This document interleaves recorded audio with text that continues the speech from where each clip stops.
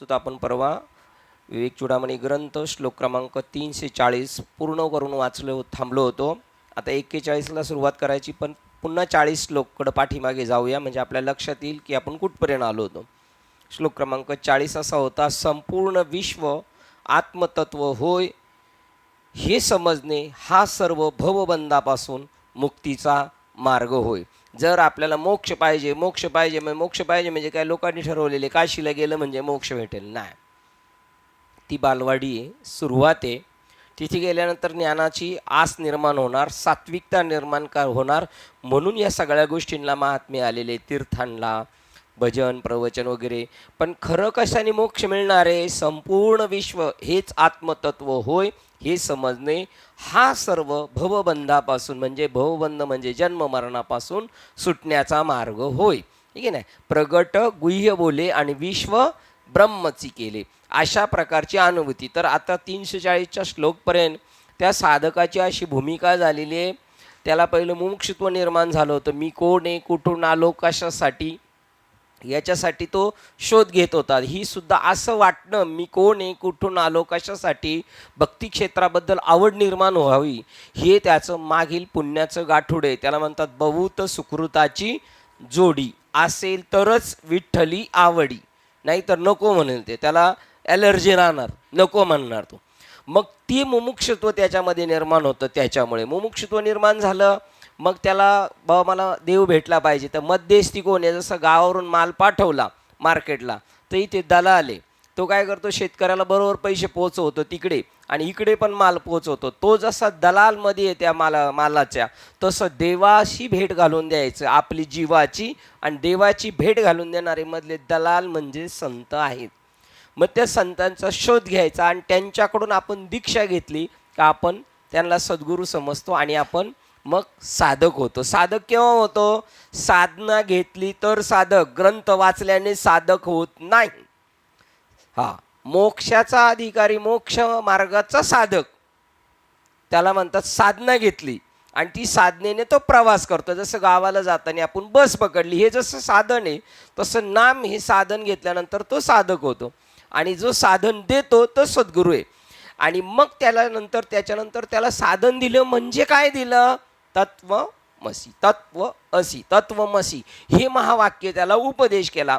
आता त्याला ब्रह्मस्वरूपता जवळजवळ प्राप्त होण्याच्या दर्जात आलेली आहे. तो बार एकदम मोक्षाच्या बॉर्डरवर आलेला आहे. त्याला ब्रह्म कळालेले, जगत कळालेले, जगत नाशिवंत आहे, ब्रह्म शाश्वत आहे आणि मी ब्रह्म आहे, मी शाश्वत आहे. परंतु माझा शरीर आहे, जे माझं शरीर ते नाशिवंत आहे, पण माझ्या शरीराची जी मूल तत्व आहे ती मात्र नाश पावत नाही. फक्त आकाराचा नाश होतो. माठातल्या मातीचा, पाण्याचा, तेजाचा, त्याच्यात आहे ना माठामध्ये आप आहे, तेज आहे, हवा आहे की नाही, अजून काय पृथ्वी आहे, त्याच्यामध्ये अजून काय राहिले, एक आकाश आहे. अशी 5 तत्व आहे. फक्त माठ फुटला म्हणजे आकाश फुटत नाही, माती फुटत नाही, हवा फुटत नाही, पाणी फुटत नाही आणि तेज तत्व काही आटत नाही. ते जसे आहे तसं माझा सुद्धा फक्त आकार जाणार आहे, हो, परंतु त्याची मूळ तत्व आहे ती पण ब्रह्मस्वरूपच आहे, ती त्याच्यात विलीन होणार आहे.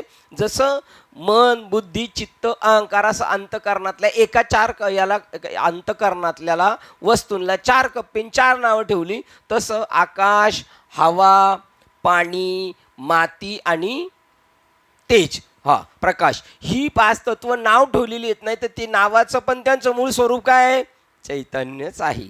या भूमिकेत तो साधक आलेला आहे. तर त्याला सांगितले आता तुला आसार कळालेले आहे, साधक बाधक विचार कळालेला आहे, आत्म अनात्म विचार कळालेला आहे, आत्मा शाश्वत आहे, अनात्मा म्हणजे नास्क हे तुला कळालेलं आहे. तर तू आता मोक्षाच्या एकदम जवळ आलाय. तर तुला अशीच धारणा करायची, आता काहीही झालं जीवनामध्ये असे प्रसंग येणार, त्या प्रसंगाला आपण हातबल होऊ शकतो, पण तिथे सुद्धा हाच भाव ठेवायचा की हे संपूर्ण विश्व हेच आत्मतत्व होय हे समजणे आपल्या अंतःकरणात दृढ होणे.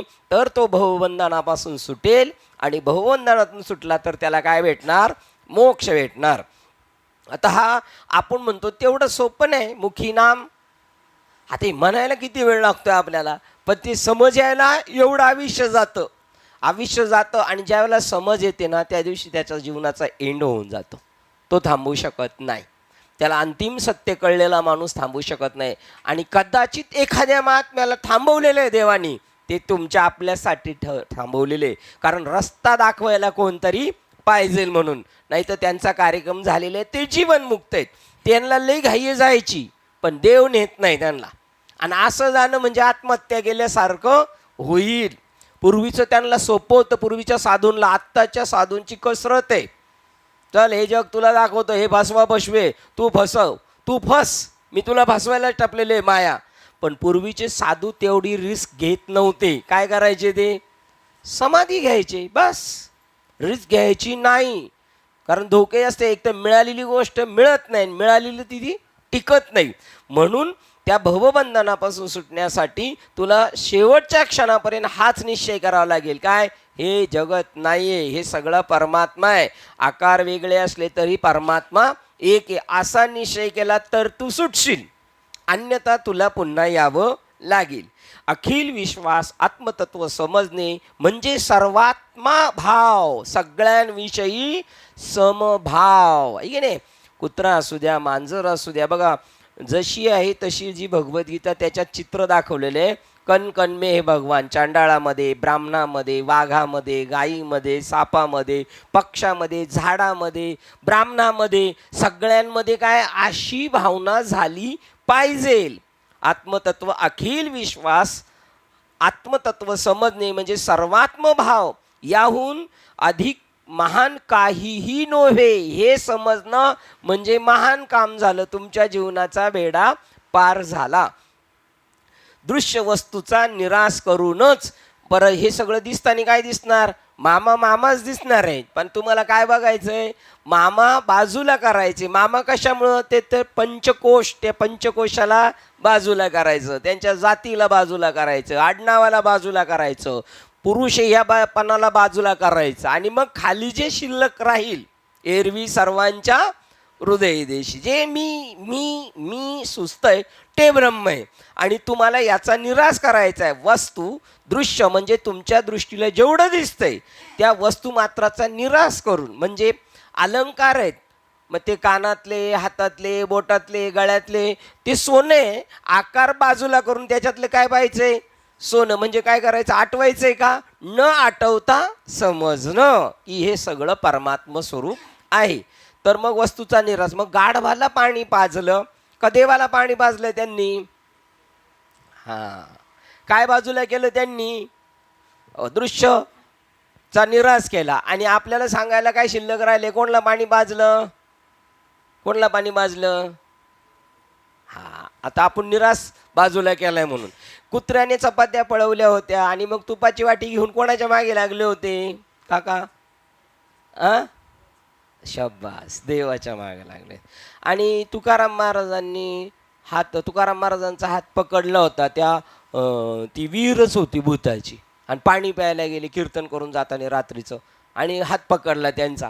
कोणी हात पकडला होता त्यांचा? विनायक महाराज. शब्बास, आता फिट झालं सगळं. बरे, मग घरी गेल्यावर जर काय कोणी शिवी दिली तरी कोण दिली असं. म्हणजे आपण निराश करायचा. वस्तू दिसती ना, त्याच्या पाठीमागचं कोण आहे, याचा सूत्रधार कोण आहे या सगळ्या जगताचा? तो परमात्मा आहे. ठीक आहे. शाश्वत आत्म्याच्या ठिकाणी हा ब्रह्मभाव पक्का करून त्याला ही अवस्था प्राप्त करून घेता येते. ज्याने ठरवलं त्याने. ज्याने ठरवलं ना मला व्हायचंय, होऊ शकतं. शाश्वत आत्मा आहे. आत्मा शाश्वत आहे. शरीराचा आकार नाशिवंत आहे. शरीराची मूल तत्व सुद्धा नासत नाही. जुनी कपडे देऊन नवी भांडी घेतो म्हणजे काय? ती नासलेली आहेत का? नासलेली असती तर घेतली असती का त्यांनी? स्क्रॅपला गाड्या जातात आणि ते भंगारमध्ये घेतात. ते वेडे आहेत काय? आपल्याला वाटतं भंगारचे पैसे नाही, ते त्याचा नवा पत्रा परत करून आणणार आहेत, आहे की नाही?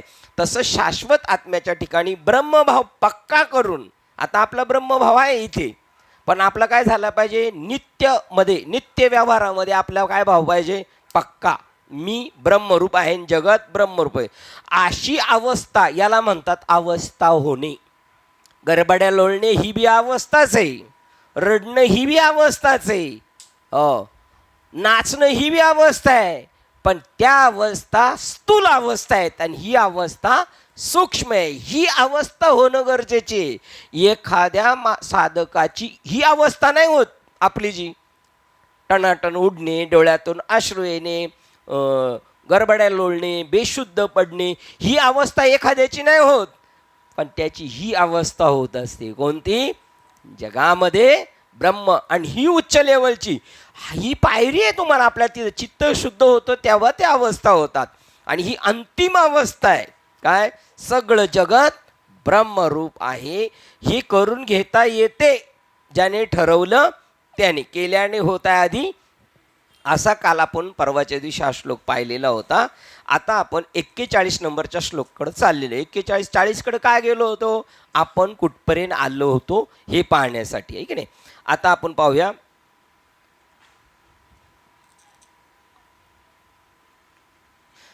आपल्या आध्यात्मिक 40चाच थोडा एक टॉपिक राहिलेला तो वाचतो. आपल्या आध्यात्मिक साधनेत असा एक टप्पा येतो की जेव्हा बाह्य जगाचे काहीच अनुभव येत नाहीत. नाही येणार. दिसले तरी दिसणार नाही त्याला. काहीच दिसणार नाही त्याला. मग त्याला दिसणार नाही का? दिसणार. पण त्याला जे पाहिजे आपण नेहमी म्हणतो काहीच दिसत नाही त्याला. हो, एखाद्या आपण लग्नाच्या समारंभामध्ये गेलो आणि आपल्याच घरातलं कोणाचं तर लग्न आहे, आपल्याला त्या पाहुण्याला शोधायचं आहे आणि जवळजवळ 500 माणसं बसलेली आहेत. आपण त्या स्टेजवरून त्यांच्यावर नजर टाकतोय. कोणाला शोधतोय आपण? त्या 500 मधल्या आपल्या माणसाला, ज्याचं आत्ता काम आहे त्याला. पण आपले भाऊबंदी आलेले आहेत लग्नाला, त्यांचं ना आपलं जमत नाही, पण ते आलेले आहेत. आणि तो माणूस बघत असताना आपण त्यांच्याकडे 2-4 वेळा नजरा टाकल्या आणि नंतर आपण त्याला 8 दिवसांनी भेटल्यानंतर लग्न झालं म्हणतो, काय भाऊ आला नव्हता? काय आलं नव्हतं? सारखं तर मला बघत होता, पण मला गंध लावायला आणि नारळ द्यायला पण तू नेलं नाहीस. तो म्हणला मी नाही बघितलं. मग त्याने बघितलं नव्हतं का? त्याच्या अँगलनी सगळ्यांकडे तर बघत होता, पण आता हा काय बघत होता? त्याला जे पाहिजे होतं त्याच्याकडे बघत होता. पण त्याचबरोबर सगळ्यांकडे नजर होती, तरी सगळ्यांकडे बघत होता का? ती दृष्टी भेटते. या जगात सगळ्यांबरोबर राहतो, पण त्याला पाहतो तो ज्याला त्याला शोधायचंय त्याला. त्याचं नाव आहे परीक्षित. परीक्षण करतो तो. या जगताचा चालनहार करता कोण आहे? आणि मला सुद्धा माझ्या आईच्या गर्भात त्या अश्वत्थाम्याने मारलेला बाण तिथं मी मारणार होतो, पण मला कोणी जगवलं? त्याचं निरीक्षण करतो. असा तो बघत असतो. तो जगामध्ये वावरतो, पण जग नाही दिसत त्याला. जगातली जी सत्ता आहे, जाणीव तत्व, ते कळलं जातं. असा आपल्या जीवनात कधीतरी अनुभव येतो आणि त्याच अनुभवाचं काय करायचं आहे? आपल्याला प्रमाण वाढवायचे. दृश्य, भावना, विचार किंवा शरीर, मन, बुद्धी यापैकी कशाचाही तेथे अंतर्बाह्य सत्य स्वरूपाच्या दिपून टाकणाऱ्या प्रकाश ज्योताखेरीज काहीच नसते. पा त्या ह्या भूमिकेत आपण गेलो, आपल्याला दृश्यच दिसत नाही. पा मगाशी सांगितलं त्यांनी माणसाला नाही पाहिलं का? 500 मधल्या माणसाला एकाला शोधायचं होतं, ती 499ला पाहिलंय का त्यांनी? आणि नाही पाहिलं का? स्थूल दृष्टीने पाहिले, पण त्यांनी पाहिले का? त्याच्यातून फक्त त्याला तेच पाहिजे, त्याला दृश्य दिसत नाही. दृश्य नाही दिसल्यामुळं त्या दृश्याच्या संदर्भाने होणारी भावना, एक वस्तू पडलेली माझ्या आवडती वस्तू, ती पाहिली, अरे बापरे ती, मग लगेच मला हवी म्हणल्यानंतर मी तिकडे पळत सुटणार. ती पळायच्या अगोदरच्या अंतःकरणातली माझ्या भावना ही मला पाहिजे. आणि त्याच्यानंतर मग मी लगेच विचार प्लॅनिंग करणार कशी आपल्याला मिळवायची ती. पण आता दृश्यच नाही, भावना नाही. भावना नाही, विचार करण्याचा प्रश्नच नाही राहिला. किंवा शरीर, मन, बुद्धी, त्यावेळेला त्याचं शरीर सुद्धा त्याला आठवत नसतं. होईल का अशी परिस्थिती? होती. साहेब मला म्हटले, मी कधी कधी बाबा गाडी चालवतो, पहाटे 3ला पोचतो रात्रीचं, मला कळत नाही मी शेवटचा तास गाडी कशी चालवली. त्यावेळेला आपल्याला माहीत नसतं. कधी कधी आपल्याबरोबर 2 माणसं असली गाडीत प्रवास करत असतो, पोलादपूर कधी आलं कळालं नाही, ओतूर कधी आलं कळालं नाही का? टायमिंग घडा नाही. त्यावेळेला तुम्ही विदेही स्थितीत असता, देह स्थितीत नाही. असं पाहिजे. तुकाराम महाराज म्हणतात, असो ऐसा कोठे आठवची नाही. मी कुठे काय करतो हे कळत नाही त्याला. त्याच्यामुळं त्याचं शरीर नाहीये. आणि आहे की नाही शरीरात तो बाळा? शरीरात आहे पण शरीरात नाही. बघा बरं साहेब, आता कसं गणित आहे हे, जरा अवघड गणित आहे, पण असं आहे, तो शरीरात आहे पण शरीरात नाहीये. त्याला मनच नाहीये. आपल्याला मन आहे, मला काय पाहिजे, काय नको, मला काय आवडतं, मला काय नाही आवडत, हे आपल्याला अजून मन आहे. मग देवळात का जायचं असतं? नमन होण्यासाठी. मला मन नाही, मी काय करतोय? नमन. नमन म्हणजे मला मन नाही. मन आहे ना, ते भरकटावणार आपल्याला. हो, त्या मनाच्या नादी लागायचं नाही. मन नाही, बुद्धी नाही. हो, आपल्याकडं काय, आपल्याला काय समजतं? आपल्याला काही समजत नाही. असं ज्या दिवशी म्हणू ना, त्याला विश्वातलं अंतिम सत्य आपल्यालाच कळेल. पण आपण म्हणलं ना, मला समजतंय, तर समजण्याच्या रेंजमध्ये आलेली गोष्ट सुद्धा समजणार नाही. त्याचं नाव आहे येथ जाणीवतेची नेणे. मला कळतंय म्हटलं, पत्ता कट त्याचा. आणि मला काहीच कळत नाही. हा, प्रवचन करणाऱ्या माणसाने आपण प्रवचन केल्यावर आपण असं आपली सूट देण्यासाठी नाही म्हणायचं साळुंकी मंजुळ बोलत असे. नाही, आता मी बोलतोय. थर्ड पार्टी म्हणली पाहिजे. आणि एक क्षण अशी येईल, लोक म्हणतील तुम्ही काय कीर्तन केलं, त्याला आपण फुगणार नाही. त्यावेळेला तुम्ही म्हणू शकता. पण मी कीर्तन केलं म्हणल्यानंतर जरा असं होतंय, त्यांनी म्हणायचं नाही. काय नाही म्हणायचं? साळुंकी मंजुळ बोलत असे. आणि हो, तूच बोलतोयस का तुला त्याची पूर्ण जाण आहे. बरळणाऱ्या माणसाला जाणीव आहे का? जाणीव. पण तो बोलत असतो ना. काही लोकांना डोळे उघडे ठेवून झोपायची सवय असते. आपण रात्रीचं उठून इकडे करायला लागलो तर आपल्याला असं वाटते बघते की काय आहे. आपण जर असं केलं तर नाही बघत, ते डोळे उघडेच असतात, त्याच्यात काही फरक पडत नाही.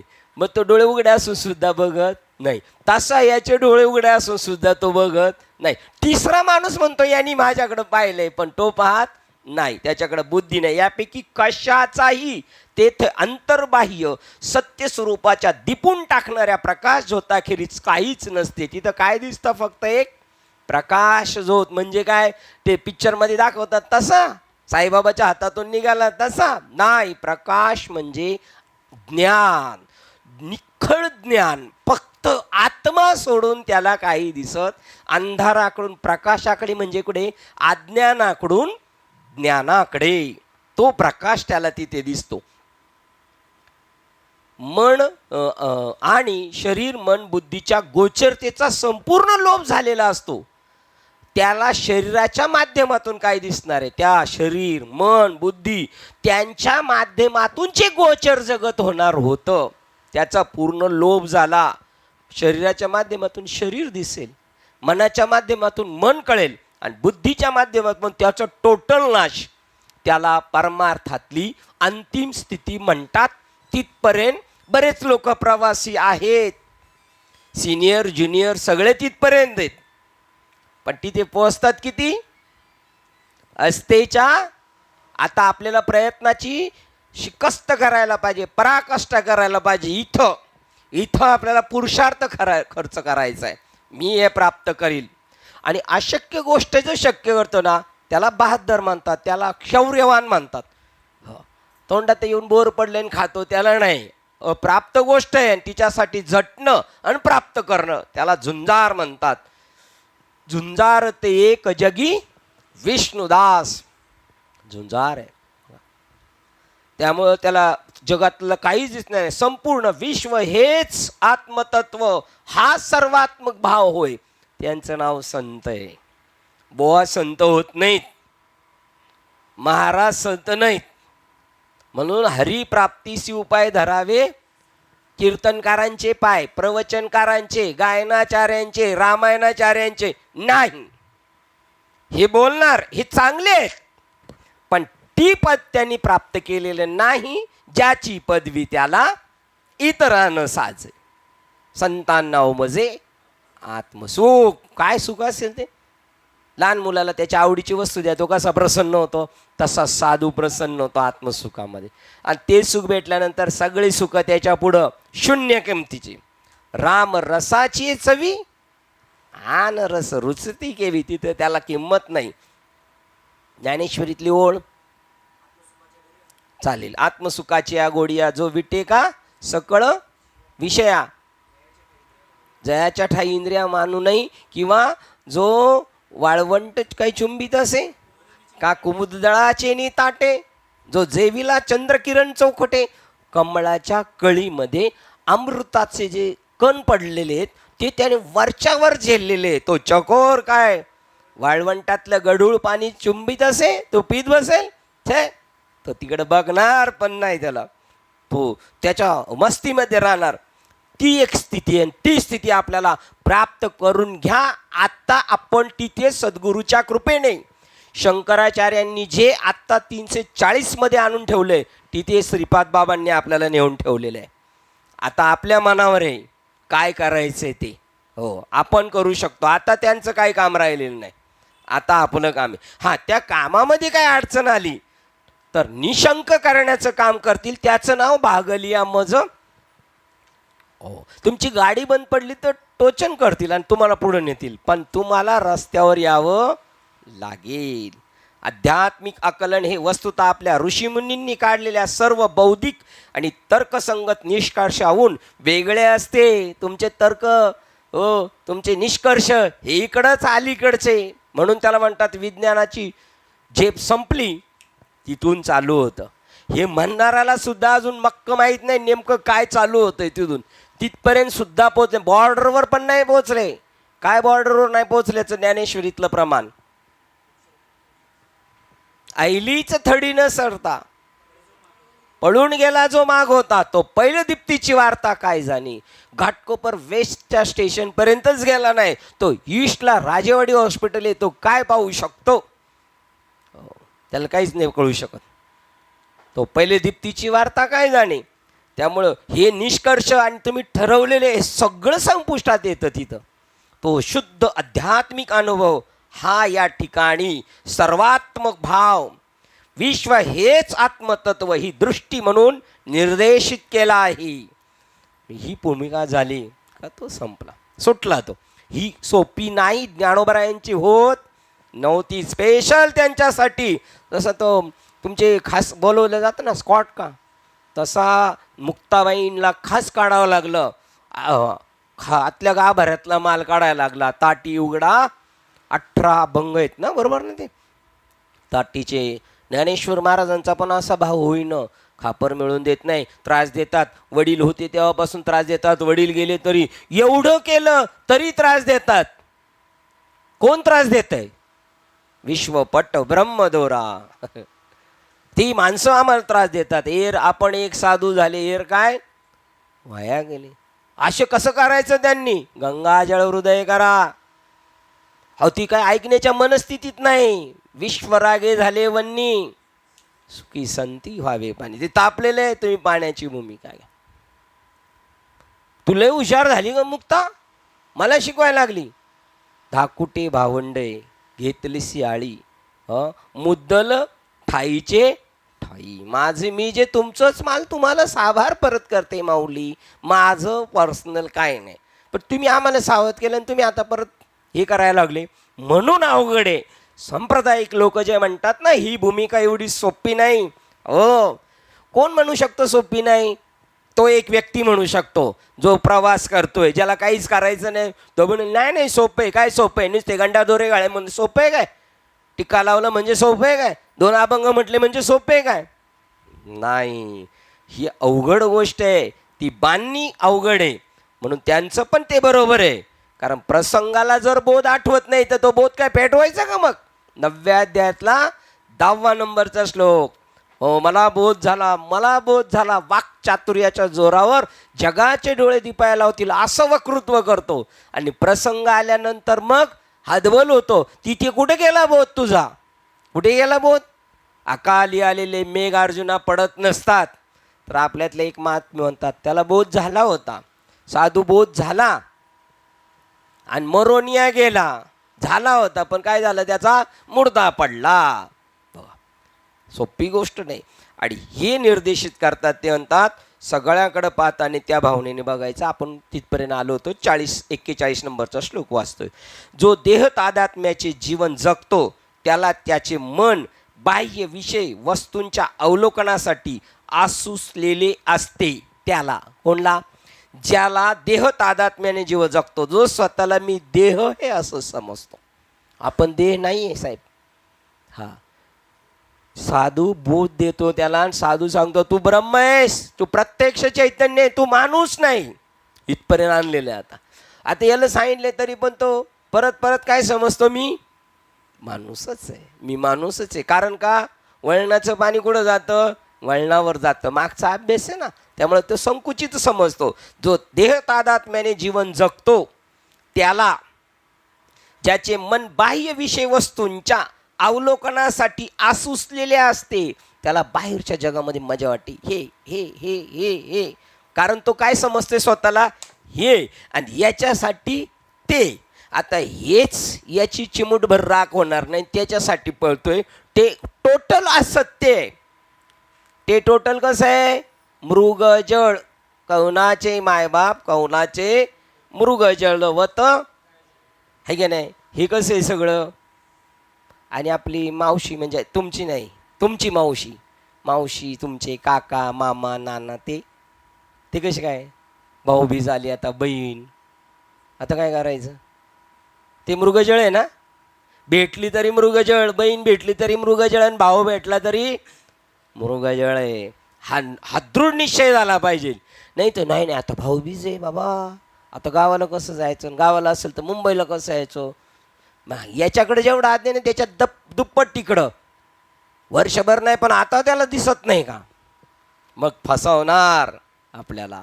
काही झालं तर मी बाह्य विषयाच्या पाठीमागे आलेले रेग्युलर करायचंय, कर्तव्य कर्म हे करायचंच. तिथं सुद्धा पळून गेला. कोणला काय बोलायचं होतं, हा बाह्य रंगाने, हा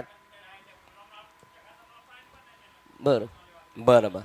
म्हणजे हे वरच्यावर हे समजायचं, पण अंतकरणातून काय समजायचं, हे मृगजळ आहे, हे की नाही. पाहुणे जरी असले तर पाहुणे काही खरे, आणि असले पाहुणे तर आपले आहेत का यमाचे.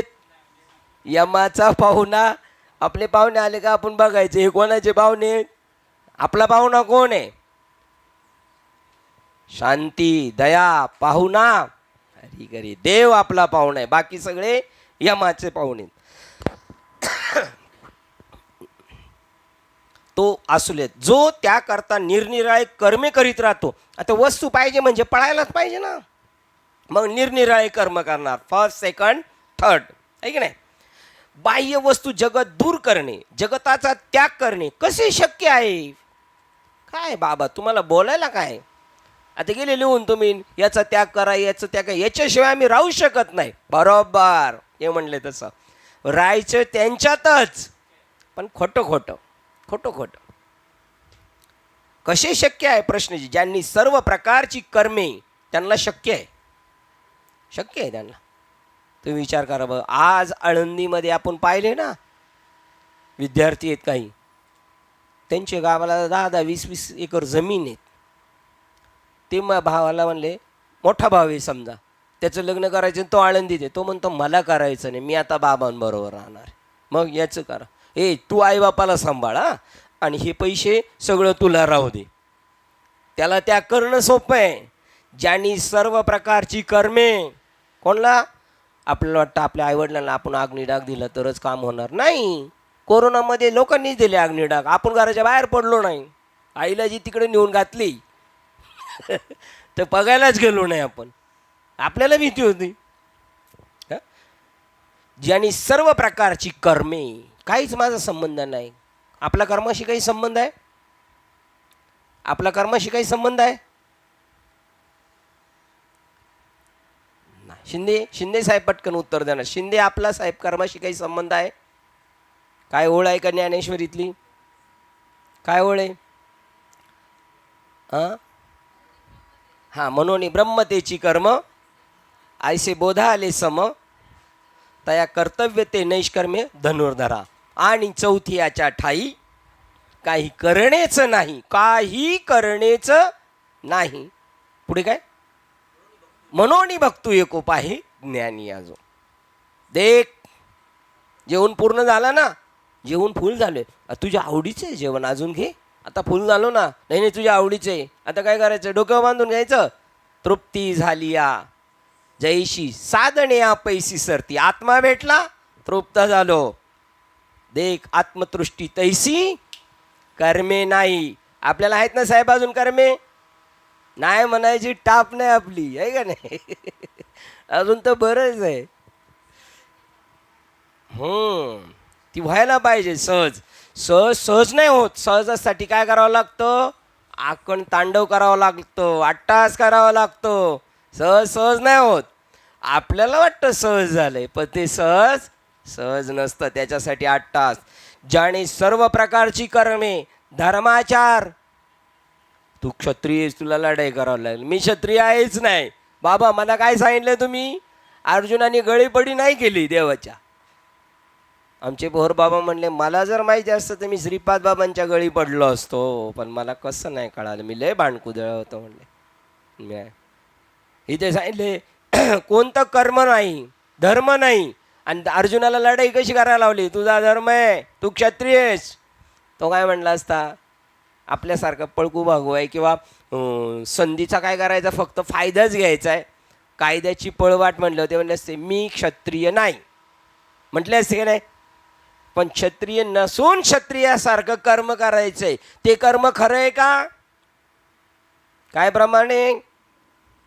निर्वैर व्हावे आणि उसण्या घाई, निष्कपट व्हावे उसण्या घाई. अर्जुनाने लढाई खरी खरी गेली का?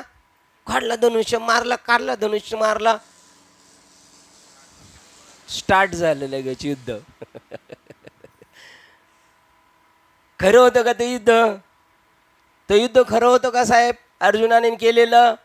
नाही. खोटं खोटं. निष्कपट व्हावे उसण्या घाई झुंजावी. चित्रपटामध्ये मारामारी फायटिंग चालती, खरी आहे का? खरी असले तर ते एकदा मोडल्यावर नीटच व्हायचं नाही, हे की नाही? मग ते खोटं आहे. तसं त्यांनी सर्व धर्माचार. मला कसली कर्तव्य नाही. कोणाला कर्तव्य? आत्म्याला कर्तव्य काय नाही. आणि विषय वस्तू सोडल्या आहेत. बघा, जे शाश्वत आत्मस्वरूपाकडे विकारवशतेने आकृष्ट झालेले आहेत, त्या शाश्वत आत्मस्वरूपाच्या कडे पळताना हे जे विकारलेलं आहे आणि विकारी जगत आहे, हे ज्याच्या डोक्यात फीड झालेलं आहे आणि जे कधी नाश न पावणारा परिपूर्ण आनंद प्राप्त करू इच्छितात, त्या तत्वज्ञ योगाने वस्तुमात्राचा हा त्याग प्रयत्नांता करावा. प्रयत्नांच्या अंतिम स्टेपपर्यंत प्रयत्नांता करावा त्याग या जगताचं. कसं काय करणार आपण? युक्ती आहे, युक्ती पण ते पार्था. कसं त्याग करायचं आहे? राहायचं पण खोटं खोटं राहायचं, राहायचं पण खोटं खोटं राहायचं.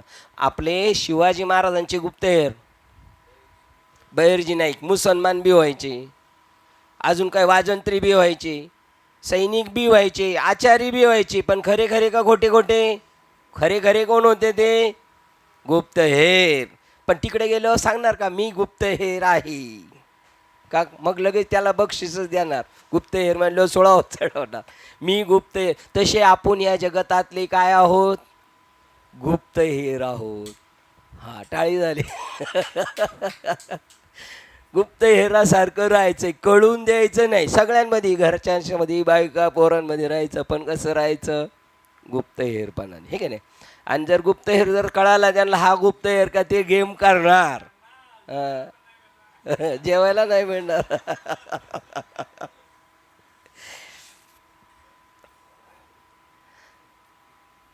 परिपूर्ण आनंद प्राप्त करू इच्छितात अशा तत्वज्ञ योगींनी वस्तुमात्राचा हा त्याग प्रयत्नांता करावा. संपूर्ण मुक्ती प्राप्त करून घेण्याकरता वैविध्यपूर्ण जगताचे अवलोकन थांबले पाहिजे. बस आता पळापळी थांबली पाहिजे. हरणाची थांबत असेल मला वाटतं. हा, थांबते ना, पण कधी थांबते? मेल्यावर थांबते त्याची. आपलं तसंच होणार आहे. आपण थांबणार आहे. आपल्याला हे कळालेले आहे मृगजळे, पण नाही. Try, I will try again and again. पुन्हा पुन्हा पुन्हा पुन्हा गेल्या उर फोडूनच मारणार तो. परत काय रिटर्न येणार नाही. संपूर्ण मुक्ती प्राप्त करून घेण्याकरता वैविध्यपूर्ण जगताचे अवलोकन थांबले पाहिजे. हे बघायचं सोडून दिलं पाहिजे ना आपण. आता हे खोटंच आहे का नाही? पिक्चर पण बघतो की नाही आपण? पण खोट्यातून पण कधी कधी खरं भेटतं. खोट्यातून खरं भेटतं आणि खऱ्यातून कधी कधी खोटं पण भेटतं.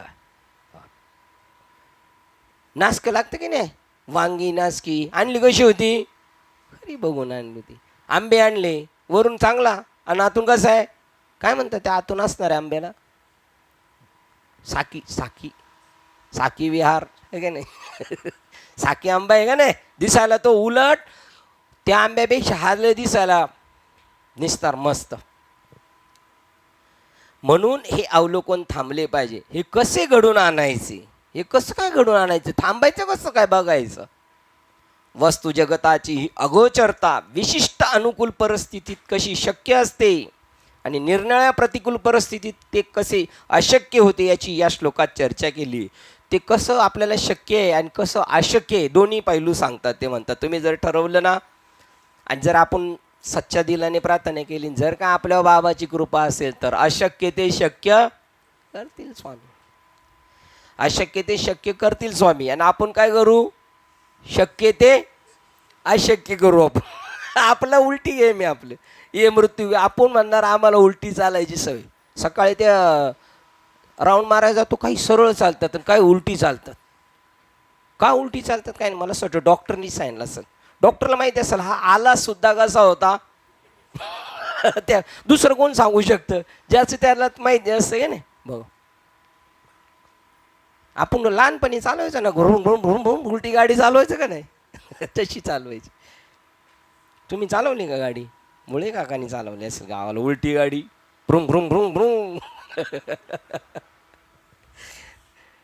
ती गाडी चालवताना जी मजा आहे ना, ती आत्ताची गाडी चालवताना पण मजा नाही साहेब. काय मागं एक कंडक्टर ट्रिंग ट्रिंग गाडी थांबली, बसत कोण नाही त्याच्यात, फक्त स्टॉपला थांबती का चालली गाडी.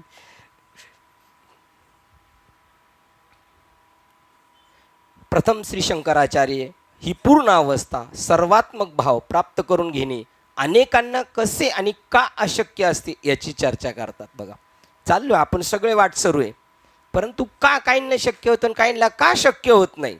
मी म्हणजे देह आहे अशी ज्याची कल्पना असते अशा व्यक्तीला दृश्य भावना विचाराचे भ्रांत जगत गोचर न होण्याची अवस्था दृश्यश अग्रहण शक्य नसते. बघा मी देह आहे तर मग मला काय दिसणार, सगळे देहच दिसणार. आणि मी देह तुम्ही मला सांगताय सगळं ब्रह्म. मग ब्रह्म नशीब ते बाबाच्या डोक्यात काय फटका मारीत नाही येऊन म्हणून, येड्या मला फसवतो का काय म्हणतात, मला सगळं दिसतंय. बरं तो एकाला म्हटलं ना, समजा दुसऱ्याला विचार मामा तुम्हाला काय दिसतंय, विनायक महाराज तुम्हाला काय दिसतंय, हे सगळे म्हणले मग तुला दिसतंय तेच मला दिसते, म्हणजे हा आपल्याला वेडा बनवायला बसलेला आहे. हा कारण तो देह आहे ना स्वतः समजतो, तो दुसऱ्याला सुद्धा काय समजणार देह. बाबा काय सांगतात, मशीनला विचारणं, म्हशीच्या पारडांना, मशीनला नाही म्हशीच्या पारडांना विचारलं, म्हशीची पारडं माहिती आहे ना तुम्हाला एलकर बाबा, हां त्यांना विचारलं हत्ती म्हणजे काय, तर ते आपल्या इकडचं जुन्नरचं म्हशीचं पारडं नाही तर तुमच्या साताऱ्याचं ते जाफराबादी म्हशीला म्हणाल हत्ती, कारण त्यांनी तशी पाहिलेली नसती ना. त्याच्या दृष्टीने आपल्यात सगळ्यात मोठा प्राणी म्हणजे तो हत्ती असेल. त्याला सांगितलेलं ना काळा असतो, मोठा उंच धिप्पाड असतो, पण जाफराबादी इकडच्या म्हशीपेक्षा, त्यामुळे तो तसाच ठरवणार. तसं आपण आपल्या भावनेतून ठरवतोय देव कसा असणार. आपण देह, मग आपण सगळ्यात मोठं मजबूत असेल त्याला समजणार आहे का नाही. मी देह आहे अशी ज्याची कल्पना असते अशा व्यक्तीला दृश्य भावना विचाराचे भ्रांत जगत गोचर न होण्याची अवस्था शक्य नसते. देह इंद्रियातून पाहताना वस्तू दिसल्याच पाहिजे, दिसणारच ना, फक्त आपल्याला समजूत बात करायची, राहायचं देहात, दिसणार देह. पण सोनार जसं अंगठी म्हणत नाही, बांगडी म्हणत नाही, चैन म्हणत नाही, तो काय समजतो सोनं. तसं तुम्ही आपण दिसतं त्याच्यातलं अंतिम सत्यावर तुमची दृष्टी आपली पाहिजे. देह इंद्रियातून पाहताना वस्तू दिसल्याच पाहिजे, त्या जाणार कुठे, असणार नाही या जगतात. ज्याला स्वप्न पडत असते त्याला स्वप्नाच्या अवस्थेत स्वप्न हे अनिवार्य असते. स्वप्नात त्याला स्वप्नातलं जी दुनिया दिसते का नाही, स्वप्नातली दुनिया स्वप्नात खरी असते, पण जागे झाल्यानंतर तो म्हणला माझी ती अख्खी बिल्डिंग माझी, असं स्वप्नात म्हटलं होतं. आणि सकाळी पण म्हटला स्वप्नात माझीच बिल्डिंग आहे, पण तो तिथं वॉचमॅन म्हणून होता. आहे की नाही? आता तो म्हणणार या की बिल्डिंग माझी आहे, मला लक्ष द्यावं ठेवलंय. मग आता स्वप्नात तो मालक होता आणि इकडं कोण आहे? तो नोकर आहे की नाही? मग ते जगत जसं त्यावेळेला सत्य होतं, पण या जगतात आल्यावर कसं आहे ते खोटं आहे. पण पाहिलेलं स्वप्नातलं स्वप्नात खरं होतं की नाही? आता ते स्वप्न सोडून द्यायचं आणि आता आपण जगतोय हे काय आहे? असं कोणते बाबा सांगतात? असं मधने बाबा सांगतात. आणि आपण असं नेहमी ऐकतो आणि ते नेहमी सांगतात काय? ते पडलेलं जीवाचं स्वप्न रात्रीचं आणि हे. आता शिवाचं स्वप्न सुद्धा आपण खरं समजले ना, कारण अजून आपण कोण नाही झालेलो?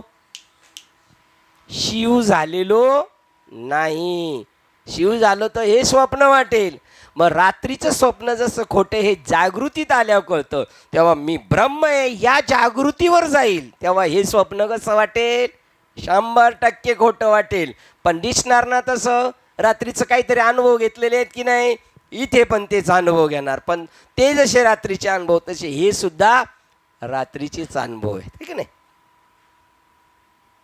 मामा समजलंय ना? मामी समजलं ना? तुम्हाला दोघांना समजलं म्हणजे मग सगळ्यांना समजलं म्हणायचं. ज्याला स्वप्न पडत असते त्याला स्वप्नाच्या अवस्थात स्वप्न हे अनिवार्य असते. जीवाला जोपर्यंत देहात्म भाव आहे तोपर्यंत त्याला वस्तू जगत अनिवार्य असणारच आहेच. कोणाला आहे? जगत आहेच. कोणाला आहे? जो स्वतःला देह समजतो त्याला. जो स्वतःला चैतन्य समजतो आत्मा त्याला जगत नाही. मग जगत नाही तर त्याला काय दिसतंय? चैतन्य दिसतं. कारण तो स्वतः कोण आहे? चैतन्य. काय वेळ झाल्यावर जग कसं दिसणार? इकडं देव झालो आपण तर जग कसं दिसल? अवघे जग झाले देव, गुण दोष हरपले. बघा असं आपण देह, सगळं जग देह.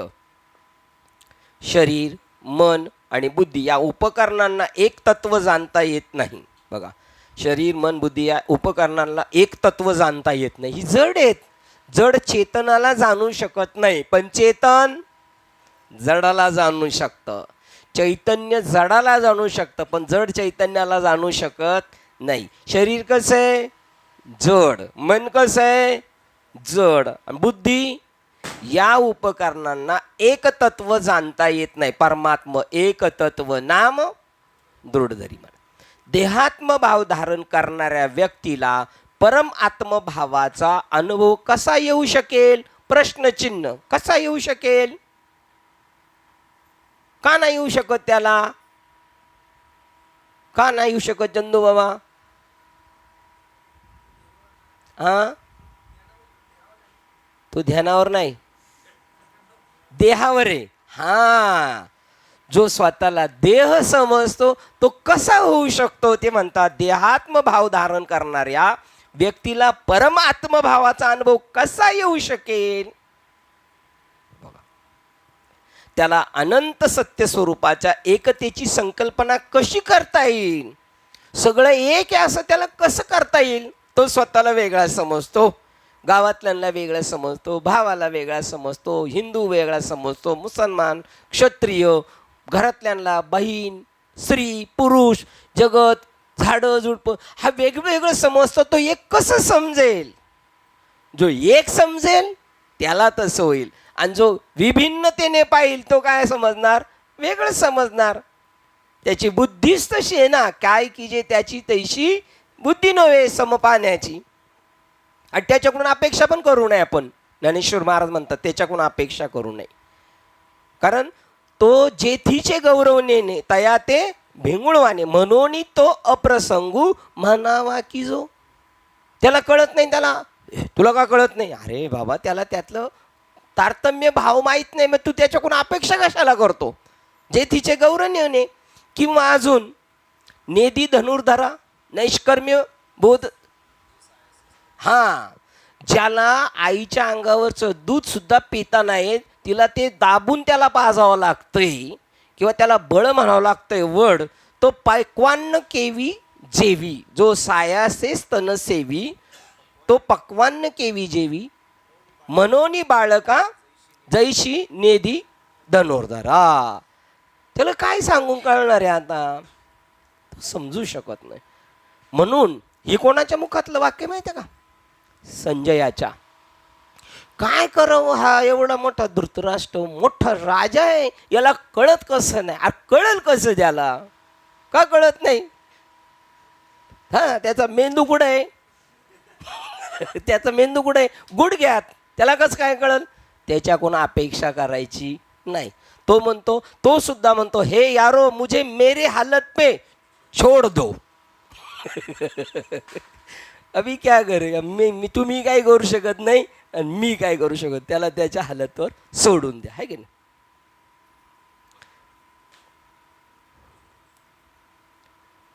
त्याला एकात्मतेची संकल्पना कशी करता येईल, उपकरणाशी तादात्म्य पावलेल्या. कोणत्या उपकरणाशी, देह मन बुद्धी, उपकरणाशी तादात्म्य पावलेल्या आणि उपकरणाच्या द्वारा पाहणाऱ्या व्यक्तीला सर्व विपरीत ज्ञानाचे अज्ञान असणे शक्य नाही. बघा ती कशी उलट वाक्य, विपरीत ज्ञानाचे अज्ञान, त्याला अज्ञान ज्ञान असणे शक्य नाही असं नाही म्हणत ते. म्हणजे तुम्हाला गारकंड्यात आपल्याला आणण्याचा प्रयत्न करतात. आता तिथं आपण सावध राहिलं पाहिजे ना, त्याला भुलभुलैया म्हणतात. आणि अजून एक वाक्य, चकवा, आहे की नाही. चकवा फसवतो माणसाला, तिथं रात्रभर तिथंच फिरत राहत होतो घरकंड्यात सापडल्यानंतर. तसे इथं वाक्य ते म्हणतात, तो उपकरणाच्या द्वारा पाहणाऱ्या व्यक्तीला सर्व विपरीत ज्ञानाचे अज्ञान असणे शक्य नाही. म्हणजे यथार्थ ज्ञान असणे शक्य नाही म्हणणं पाहिजे ना. पण असं घुरून घुरून फिरून फिरून त्यांना बघायचं हा जागा आहे का नाही. डॉक्टरकडे आपण गेलो, झोपलो, तर तो मुद्दाम खाली येऊन आपल्या पायाला ती कैची ओढतो. का पाहत असतो, हा झोपलाय का जागा आहे. मी एवढ्या झटक्यात झोपतो, हो एवढ्या झटक्यात झोपतो. मी नाव सांगत नाही आपल्यातले, तो शाळेत बसला तरी तो झोपायचा टेबलावर. मग गुरुजींनी सांगितलं तेव्हा त्यांचे वडील म्हणले लहानपणापासून त्याला, तसे आता आपण इथं टेबलावर बसलो झोपतो, है की नाही. कारण आपली काय करत, प्रकृती जशी आहे तसं आपण चालत असतो. बघा त्याला कसं शक्य आहे, विपरीत ज्ञानाचे अज्ञान असणे शक्य कसे आहे, त्यांनी सरळ सांगायला पाहिजे. त्याला यथार्थ ज्ञान असणे कसे शक्य आहे, नाही कळून देणार त्यांना. त्यांना असंच कळायचं कोणाचं गण्या म्हाप्याच्या हातात नाही लागलं पाहिजे. हे बाजारू तर त्याचं पार बाजारच करून टाकतील. त्यांना फक्त वरवरचंच कळलं, विपरीत ज्ञानात एवढे ते स्वतःला हे समजतात. बरं एवढं समजत्यात म्हणलो का, असं समजतात, चालतंय ना, चालतंय, पळतंय. ते एवढं समजतात, माझ्या झटकन बाजूला निघून गेलं. हां ते एवढं समजतात, विपरीत आहे तरी पण हम दुनिया झुकती आहे. उलट ते आपल्याला म्हणतात झुकाने वाला चाहिए. बघा झुकाएगा झुकाएगा, तेरे को एक दिन यम झुकाएगा, है का नाही. मारिती जोडीती तोडीती निष्ठूर. बरं हा माळकरी रोज भजन कीर्तन करणारा, त्याला वरती मारतात. आणि गावातलं त्याच्याबरोबर एक प्यातर ते बी वरती. ते म्हणलं मला मारतात ते काय हरकत नाही हो. पण याचा का गेम चाललेला आहे हो. तू काय केलं, तू त्याला भजन करत होता, त्यापेक्षा मग मी बरा आहे का नाही म्हणला. सगळी खा पी मौन मजा केली, माझ्यापेक्षा मारतो तुला जास्त आहे. कारण विशेष न लगे अज्ञानाचे पाठी, सज्ञानाचे झोंबे कंठी, नाना संकटी नाचवी. नाचायच लावत होतं. देवाला वाटलं पाहिजे आपण नाचलो नाही पाहिजे, त्याच्या डोक्यात आलं नाचायला पाहिजे. म्हाताऱ्याला सुद्धा नाचायला हवेला. म्हाताऱ्याला किती नाचायला होते, म्हाताऱ्याचा लटलट काप होतोय, पण नाताच्या लग्नात म्हातारं नाचतेच आहे. दुसऱ्या दिवशी लगेच BP हाय.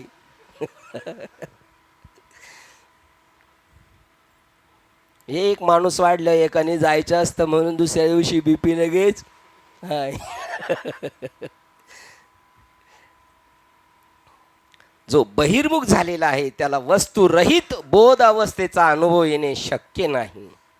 नाही अवस्था किती आहेत गुरुजींना माहिती असतं. गुरुजींना मठ्ठ विद्यार्थी जाऊ दे, याला 10वी पर्यंत कसं तरी ढकलू, कमीत कमी बँकेत नाही तर आपल्या ग्रामपंचायतमध्ये शिपाई म्हणून तर कामाला ठेवता येईल का नाही. त्याचं बाप लय मेहनत करतंय. मग गुरुजी काय करणार, त्याला ढकललं आता किती दिवस ढकलेल. गुरुजी ढकलला तर आता याला कधी ढकलायचा गुरुजी. त्यामुळे तो काय झाला, ग्रामपंचायतचा शिपाई. ते एवढं भाऊ का ते सरपंचाला म्हणतो तू 5 वर्षांनी बदलतो पण मी कंटिन्यू. त्याचं कसं खोट्याचं किती अहंकार आहे माणसाला बघा. तैसे शास्त्री अंतरंगच अधिकारी परी लोक वाक्चातुर्य होईल सुखिया. जग सुखी होईल वाक्चातुर्याच्या जोरावर. आपली 4 व्हीलर बाहेर आहे, कॅसेट आहे, हरिपाठ आहे, पुढून माऊलीचा बोटून मागून माझा घेऊन जावा. चोर आहे चोर. तुमचे SAPC पाटील साहेब होते ना, ते म्हणले तुमचा संप्रदाय काय करतो. म्हणलं तुमचा संप्रदाय रात्रीचे जे दरोडे टाकतात त्यांना पकडतो तुमचा संप्रदाय, आणि आमचा संप्रदाय दिवसा दरोडा टाकतो ना त्याला पकडतो. तो का लोकांना का कळत नाही दिवसा दरोडा. लोक त्यांना म्हणतात दरवर्षी बाबा दरोडा टाकाय आमच्यावर तुम्ही आलेच पाहिजे. तुम्ही जिवंत आहे तोपर्यंत दरवर्षी आमच्या गावाला तुमचा दरोडा पडलाच पाहिजे.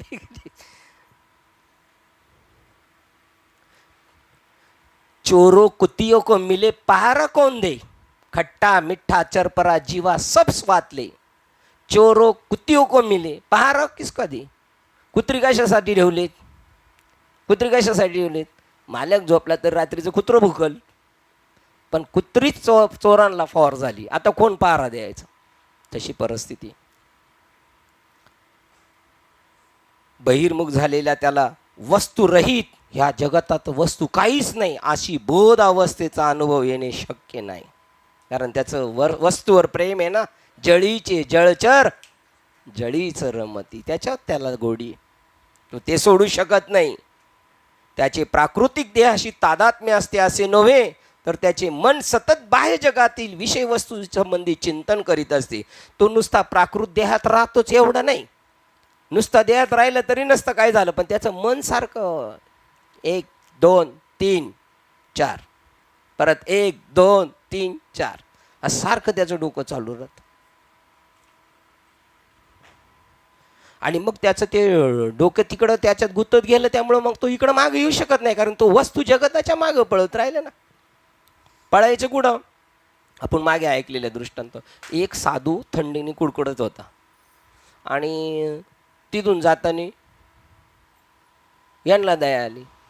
दया यांना जाणार, यांचीच मारामारी, त्यात यांच्याकडं ब्लँकेट, यांना थंडी वाजते, पण यांना दुसऱ्याची दया आली साधूची, आणि यांच्याकडचं चांगलं ब्लँकेट यांनी दुसऱ्याला दिलं. आणि तो साधू होता, तो पडून राहिला. त्याला काय पडून राहिलं, ती शाले त्याच्यावर पडून राहिली. दुसरा चोर आला, ती शाल घेतली आणि पळत सुटला. साधूला जाणीव झाली आपल्या अंगावरचं पळवलं, तर पळवलं मार्केटमधून. झोपलेलं होते ते गुजरात्यांचं मंदिर आहे तिथं, शेअर रिक्षा आहे तिथं, इडली वडापावाला आहे ना.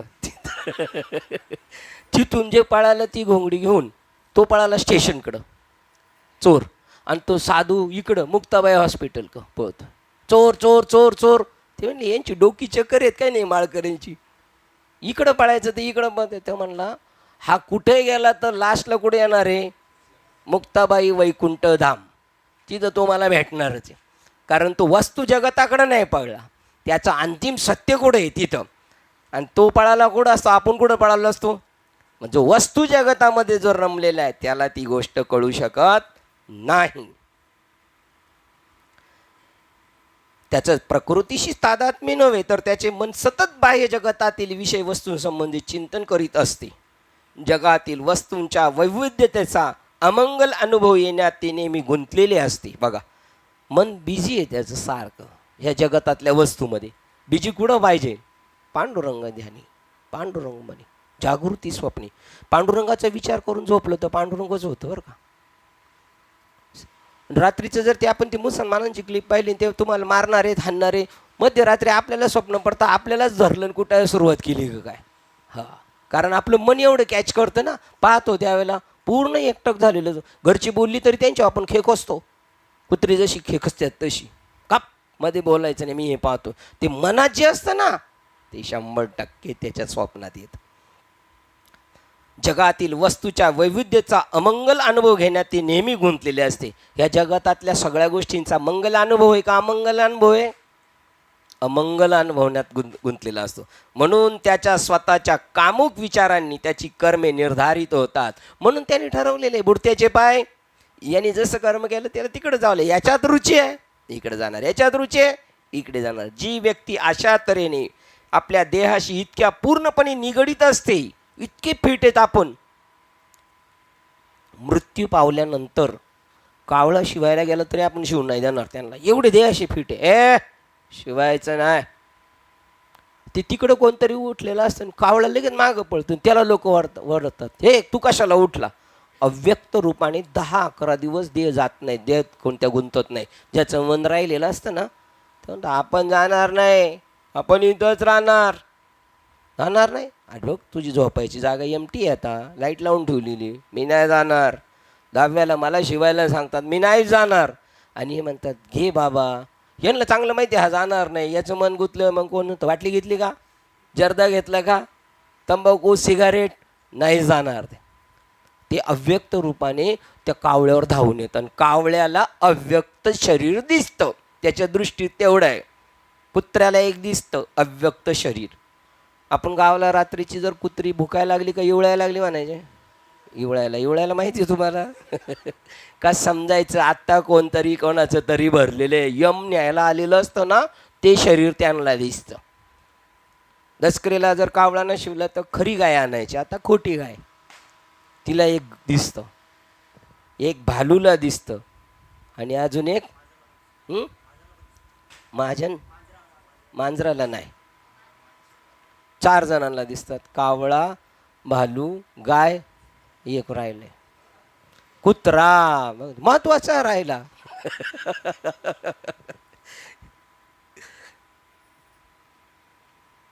त्यामुळे तो देहबुद्धीवर राहिलेला तो शिवूनच देत नाही. तो म्हणतो मी राहणार. जी व्यक्ती अशा तऱ्हेने आपल्या देहाशी इतक्या पूर्णपणे निगडीत असते आणि आपल्या कामुक विचाराशी इतकी पूर्ण मग्न असते की आपल्या अनंत कामनांची पूर्ती करण्याकरता आणि अशक्य कल्पना पार पाडण्याकरता त्याचे हात पाय सतत घाम गाळीत असतात. कोण म्हणतं शक्य नाही, आपण शक्य करून दाखवणार.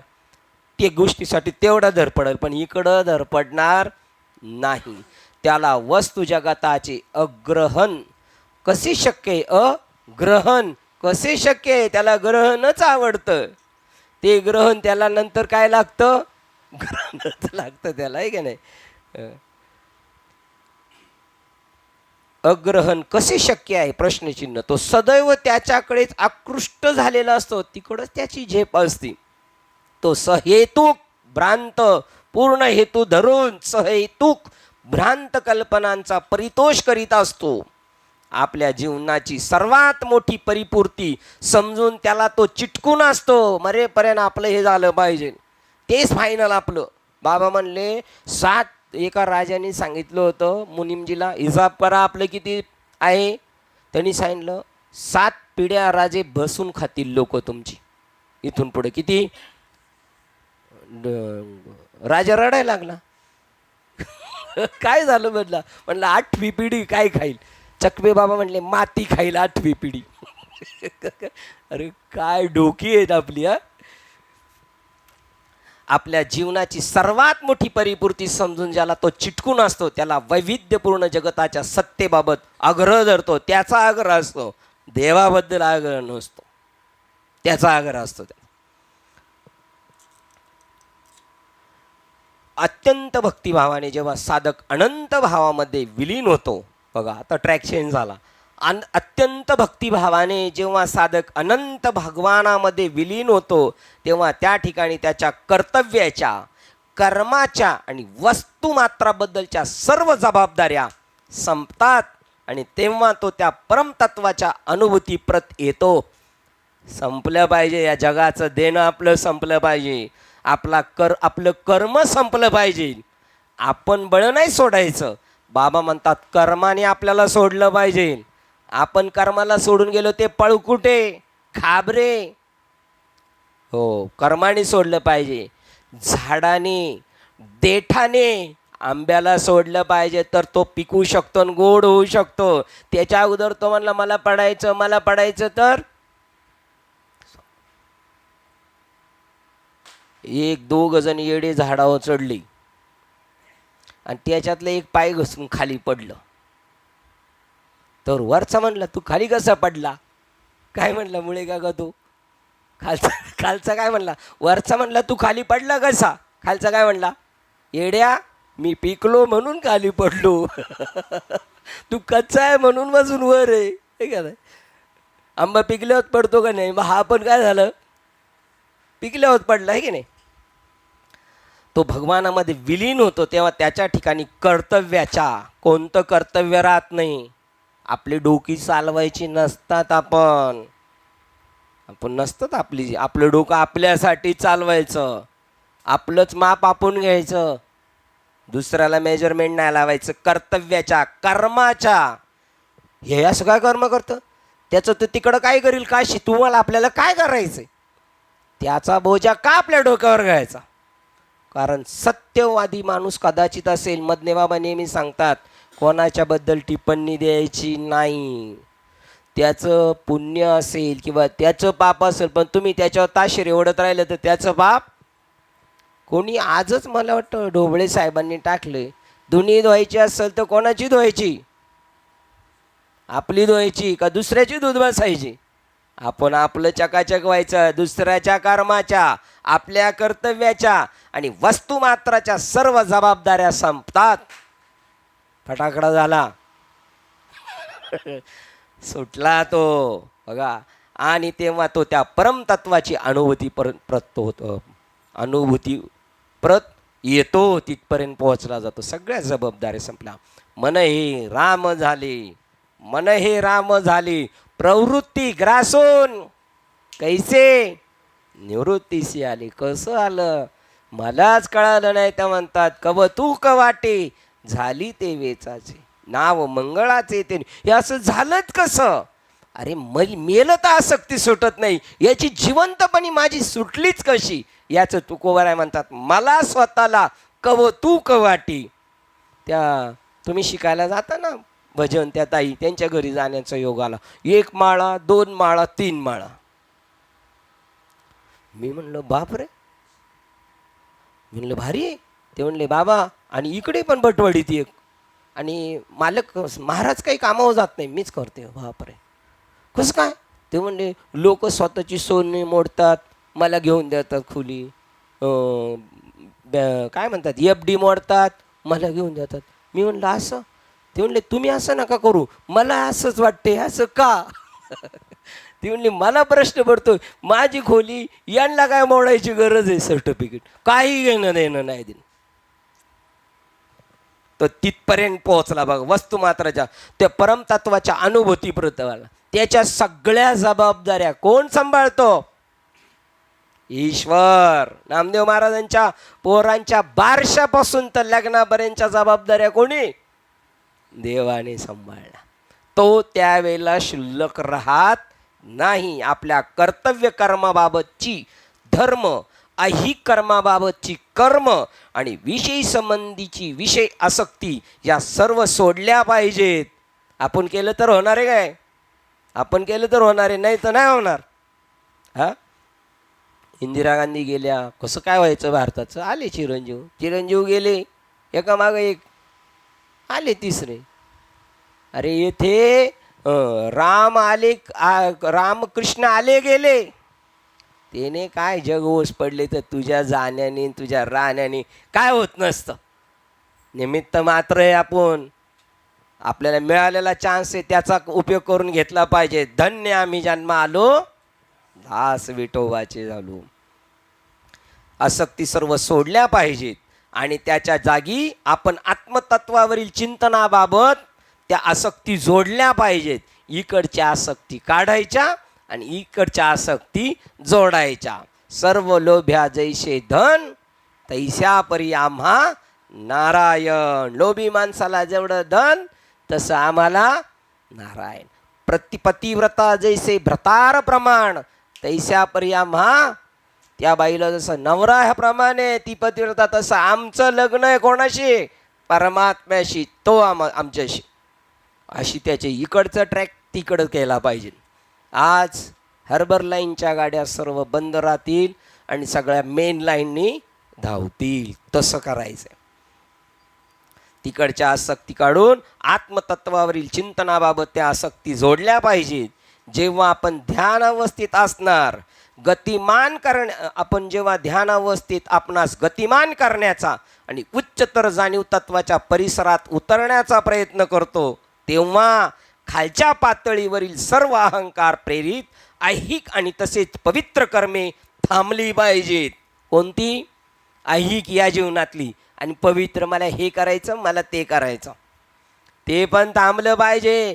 तेही खोटे आणि हे चोऱ्या खोटे, मंदिर बांधणे बी खोटेच. केव्हा पण केव्हा? या स्टेपला आल्यानंतर काय, आपण जेव्हा ध्यान अवस्थेच्या आपणास गतिमान करण्याचा प्रयत्न केला पाहिजे. आपण तिकडं गेलं पाहिजे, भरभर भरभर भरभर तिकडे गेलं पाहिजे. स्पीड किती पाहिजे? झटझट झटझट गेलो पाहिजे. तेवढ्या स्पीडनी जर गेलो तर खालचं काहीच दिसणार नाही. विमानातून प्रवास करणारा माणूस म्हणेल काय घाटकोपर आले, काय घाटकोपर बारीतून डोकून दिसेल घाटकोपर? अरे त्याला मुंबई आलेली कळणार नाही, तर घाटकोपर आणि त्यात भटवडी बिलकुल नाही दिसणार जर वरच्या मार्गाने असेल तर.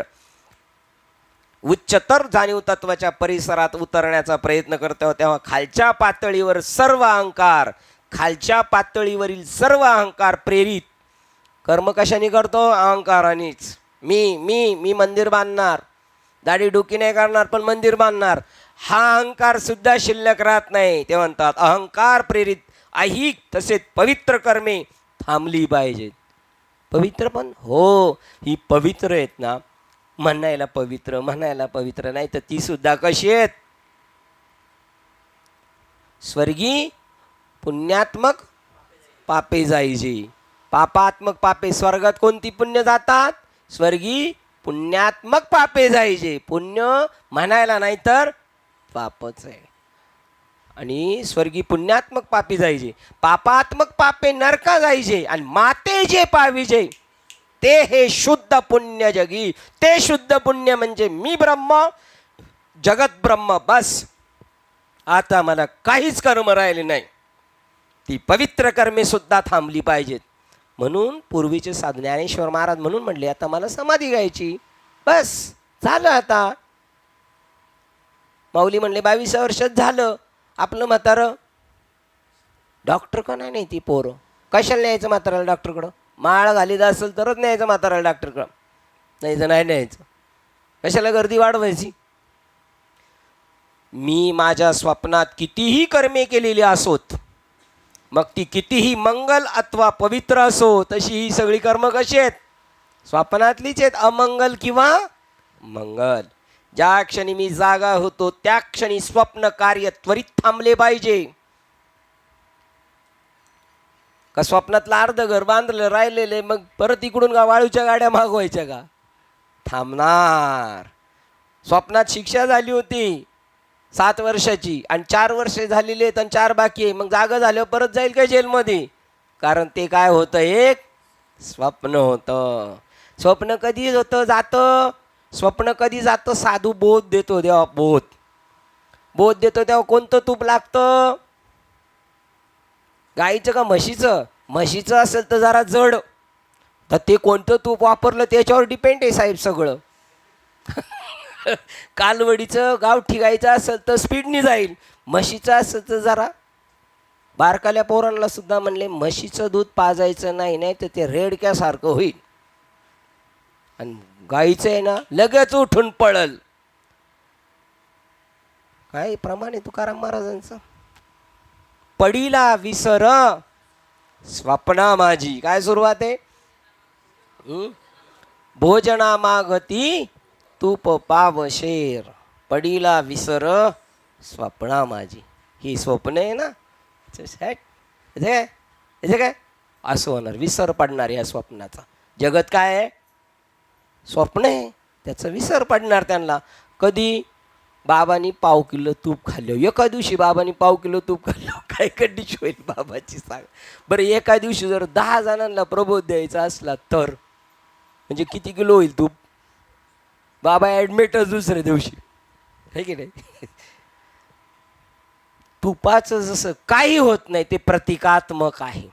सगळीच लोक तूप लावत नाही ना, म्हणून त्यांनी ऑब्जेक्शन घेतलं होतं. त्यांचं चूक नाही, निम्मी आपल्यातली बी नाही लावती. पण आपल्या बाबांनी केलंय ना, आपण करायचं. आपला बाबा असं सोगायचा जातो नेसत होता ना, आपण तसंच न्यायचं. आपल्या बाबाची शेंडी अशी होती ना, आपण तशीच ठेवायची. आपल्या बाबा जेवताना कपडे काढून का जेवायला बसायचे? कारण अंगावर जड होतं म्हणून 2 घास कमी जातात.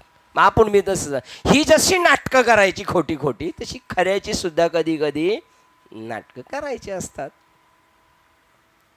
आपण कुठे आलो होतो? पाप आणि पुण्याकडे आलो होतो आपण. काय साहेबांच्या कानात चाललंय? पिवळं तूप आहे काय?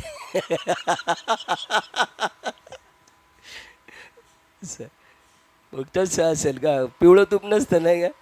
असतं काय? हां, मग कितीही मग मी माझ्या स्वप्नात कोणतीही कर्म केलेली असोत, मग ती कितीही मंगल आणि पवित्र असो, ज्या क्षणी मी जागा होतो त्या क्षणी स्वप्न कार्य त्वरित थांबले पाहिजे. हे आपल्या गायकवाडताईंचं म्हणणं आहे. हे डोक्यात ज्यांच्या घुसत नाही त्यांच्या डोकी झालीत मंदाड आणि चांगल्या लोकांवर ताशेरे ओढतात. ह्या अँगलनी म्हणतात थांबवा, येड्यासारखं बाकीच्यांसारखं पळू नका. तुम्ही जर पळायचे थांबले तर हे विचार करतील ती येडी पळायची का थांबली. सध्याच्या वस्तुस्थितीत नाही बोलत. आमची मुलगी म्हणली ते मोठी माणसं सगळी जिथं बसलेली असतात तिथं तुम्ही का बसायला जात नाही, तुम्ही खाली का? म्हणलं ते म्हणतील अजून एक येडं आमच्यात आलं. कोण म्हणतील? वरती बसलेली काय म्हणतील सगळी, हे आमच्यात अजून एक येडं आलं म्हणून. सगळी करतात म्हणून नाही करायचं आपण. आपला उलटा पाहिजे चालणं. जग असं चाललं तर आपण उलटं चाललं पाहिजे. उलटं म्हणजे डोक्याने नाही, आहे की नाही? त्यावेळेला समाज विचार करील. संत गुरु नानक गेले पवित्र हरिद्वारला गेले आणि तिथं असं पाणी काय करीत होते, सूर्याला देत होते सगळे. त्यांनी विचारलं त्या सगळ्यांना काय चाललंय तुमचं? हे का उचलून टाकता येडाय का तू, पहिल्यांदा आलं काय? म्हणले हा, हे पाणी आम्ही सूर्याला देतोय. हे आम्ही पाणी सूर्याला देतो, खालून घेतो सूर्याला देतो. बापरे, म्हणलं काय गंमत आहे इथल्या पाण्याची. मग त्यांनी काय केलं, असा उलटा झाला आणि पाण्याला पाठ केली आणि पाण्यात गुडघ्या एवढ्या पाण्यात उभं राहिला ना, असा वर पाणी फेकायला लागला. कुठं ते पायऱ्या असतात त्याला काय म्हणतात, घाटाकं. ते म्हणले काय चाललंय तुझं? ते बाकीचे म्हणले, ते म्हणले पंजाबला माझी गव्हाची शेती आहे आणि पाणी नाही तिकडं, म्हणून इकडून पाणी पाठवतोय. तू चक्कर आहे का रे? चक्कर पंजाब कुठं आणि हे कुठं पाणी कसं पोचल? तो म्हणला तुमचं जर एवढं कोस मैस एवढं पोचते म्हणजे माझं पोचणार. अरे असा धर्म करायचा असतो. सब गद्दे भाग रहे उसके पीछे घोडे भी भाग रहे. बाबाला काय झालं? बाबाला इंजेक्शन मारले. तुम्हाला सांगतो असंच करायचं, उलट चालायचं. लोकांनी टोपी काढून जेव्हा बसले तर आपण उलट काढायची घालायची डोक्यात. त्यांना म्हणायचं त्यांनी का काढली पहिलं सांगा, मग आम्ही घातलेली सांगतो.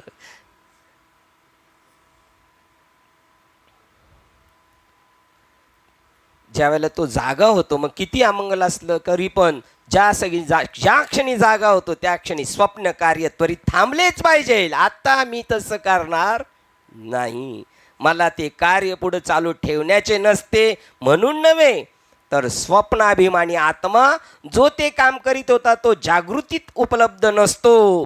जो रात्रीचं काम करत होता ना स्वप्नात, तो आता आत्मा इथं नाही, आता जागृत अभिमानी आत्मा आहे. आणि तो स्वप्न अभिमानी आत्मा होता, तो वेगळा होता, आता हा नाही, त्यामुळं तो ते काम करणार नाही.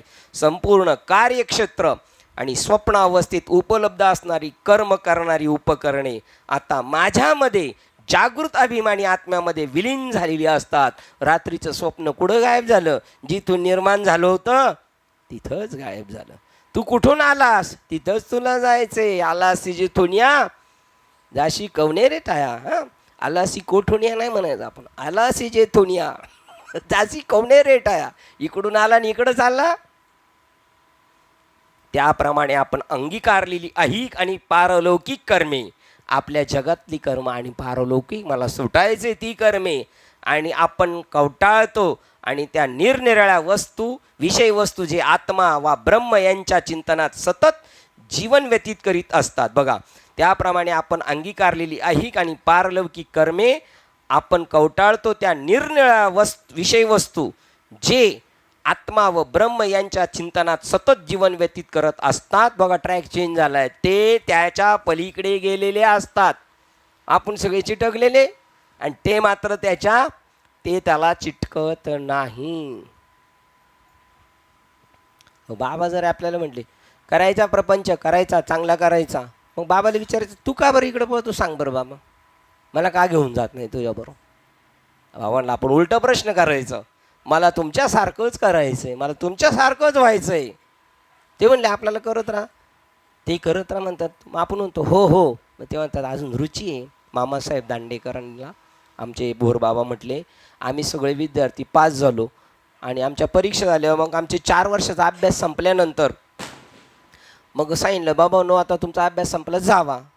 तर काही म्हणले मामासाहेब दांडेकर बाबा आम्ही लग्न करू का?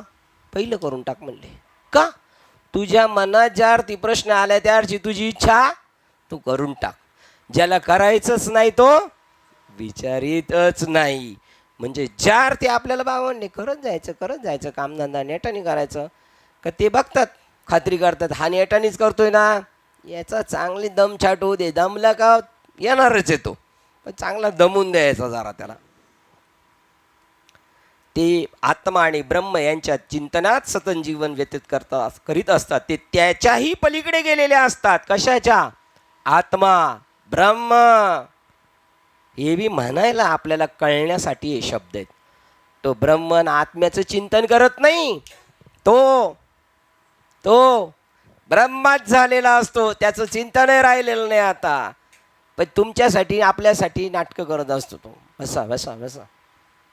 तुम्ही का बसले? अहो आम्ही नाही बसलो तर तुम्ही बी बसणार नाही. कारण देह प्राप्तार्थ झाले जे निष्कामता पावले, तयाही कर्तव्य उरले असे खोटं खोटं करावं लागणार. तो त्याच्याही पलीकडे गेलेले असतात. ते त्याचा परिणाम म्हणून ते स्वतःच ब्रह्मवित नव्हे ब्रह्मच होतात.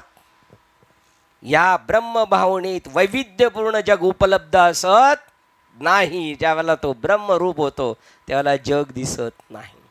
म्हणून तुकाराम महाराज चालले तर बायकोला नाही घेऊन गेले, मुलांना नाही घेऊन गेले. बायको गरोदर होती, काहीच विचार नाही केला.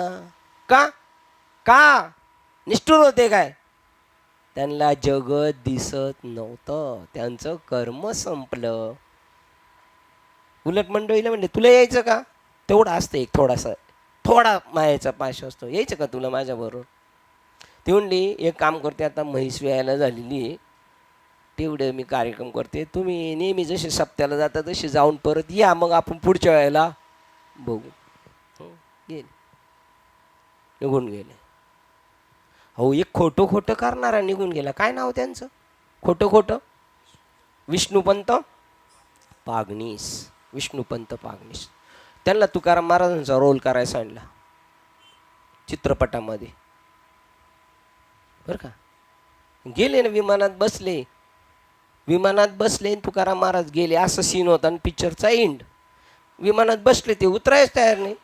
नंतर म्हणले आता झाली शूटिंग संपली, त्यांना म्हणावं या, ते यायनच म्हणून बघायला गेले. तर ते खोटं करता विष्णुपंत पागणीच गेले आणि आपण खरं करता जागे आहोत.